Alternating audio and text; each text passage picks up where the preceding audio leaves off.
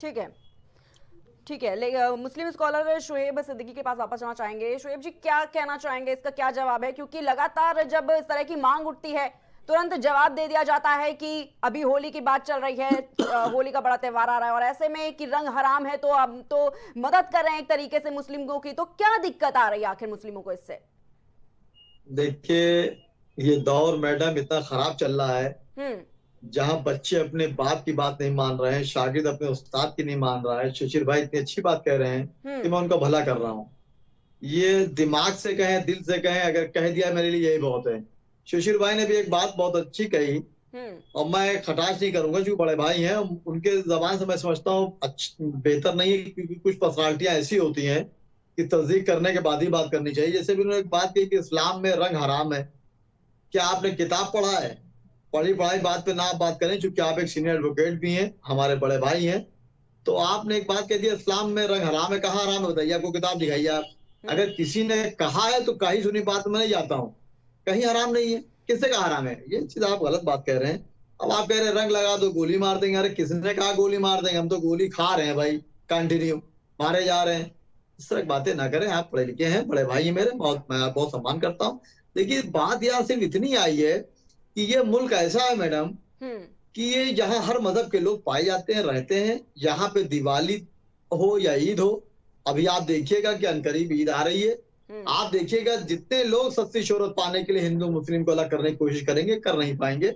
आप देखिएगा मेरे कितने हिंदू भाई हमारे वहां ईद में आएंगे, मेरी मदद करेंगे, नमाज वगैरह होगी उसमें दौड़ भाग करेंगे, हम्म। कोई कमी होगी वो करेंगे हमारे साथ। रोजा अफ्तार में आप देखिएगा अभी सियासी रोजा अफ्तार शुरू हो जाएगा। सियासी रोजा अफ्तार में कभी नहीं जाता हूँ, किसी पार्टी का भी हो, लेकिन आप देखिए गैर मुस्लिम मुस्लिम सब साथ रहते हैं। तो आप कैसे मुस्लिमों को अलग कर देंगे? और आपने अपनी बात, संतों ने बात कही है, हमारे संत हो या हमारे बड़े बड़े आलिम हो, मैं सबका सम्मान करता हूँ, हमेशा करता रहूंगा। उन्होंने अपनी बात उठाई है। हम्म। मेरा हमेशा एक बात कहना रहा आप सबसे कि अगर किसी एक ने गलती की है तो आप पूरे समुदाय को खतावा नहीं ठहराएंगे। अगर आपको लगता है कि मुसलमान ना है, आप जाहिर सी बात है, वो पहली बार इस वक्त इतना मसरूफ है मुसलमान कि वो उसके वक्त ही नहीं है। हर मुसलमान इबादत में लगा हुआ है। अगर वो आता है, आप क्या बुलाएंगे? दावत दे के बुला रहे हैं कि कैसे बुला रहे हैं? मुझे समझ नहीं मेरी बात आ रही है। इस तरह की हम्म। बातें कह के दो मुल्क को फाड़ करने की कोशिश ना करें।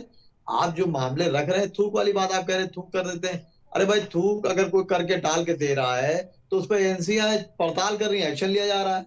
अभी जैसे इलाहाबाद में आप देखिए, प्रयागराज में कुछ वीडियो लॉन्च हुए, कल मैं डिबेट थी उस पर, कुछ लोग औरतों कहने लगे, तो मैंने कहा कि औरतों को ना कहिए, इस मुल्क में औरत को देवी का दर्जा दिया जाता है। मेरी भी माँ है, मेरी बेटी है, मेरी बहन है। तो उन्होंने कहा आपने सिद्दीकी साहब बिल्कुल सही बात करी। तो इस तरह की बात कह के आप दो फाड़ वाली कोशिश ना करें। हम्म। ब्रिज अमन में नहीं बुलाया, नहीं जाऊंगा, बुलाया हो तो जाते।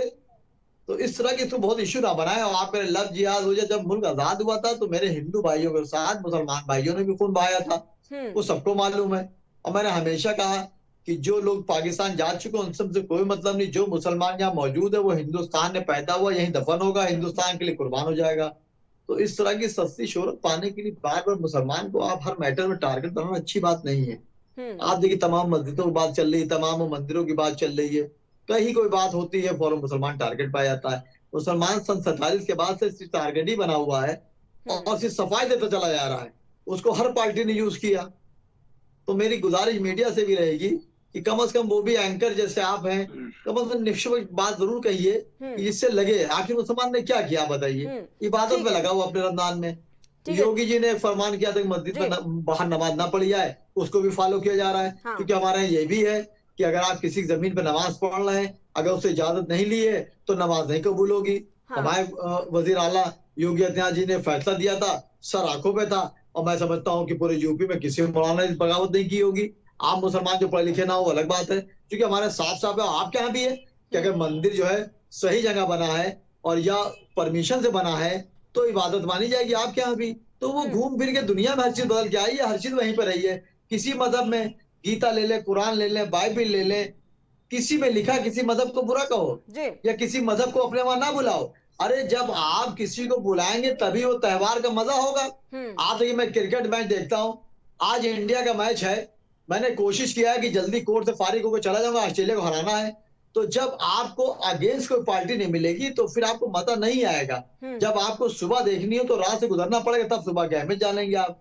तो शिशिर भाई हमारे बड़े भाई हैं, मैं समझता हूँ वो पढ़ के हमेशा बोलते हैं, मैं उनको सम्मान करता हूँ। मेरी गुजारिश रहेगी कि कम से कम सस्ती शोहरत पाने के लिए जो लोग प्रोपेगेंडा चला रहे हैं, चलाने दिए। हमको आपको मुल्क को आगे बढ़ाना है और हम आप जाहिर सी बात नेशनल टीवी बैठते हैं, एक बात कहते हैं तो कोशिश करें कि जहां से जो बात भी हमारी जाए वो एक अच्छा पैगाम लेके जाए। अगर उसको मुख्यमंत्री भी सुन रहे हो, प्रधानमंत्री भी सुन रहे हो, तो कहें जाहिर सी बात है कि हिंदू शिक्षित कितना अच्छे शख्स बैठे हैं, मुसलमानों में शोएब सिद्दीकी कितना अच्छा बैठे हैं, जो एक पैगाम दे रहे हैं। और दुनिया में नफरत का अगर तोड़ है तो सिर्फ मोहब्बत है बस। आप बताइए, किसी मजहब में नफरत नहीं मैडम। मेरी गुजारिश रहेगी सस्ती शोहरत पाने के लिए मुसलमानों को टारगेट ना किया जाए। मैंने हमेशा मुल्क के लिए अच्छी बात रखी। ठीक है।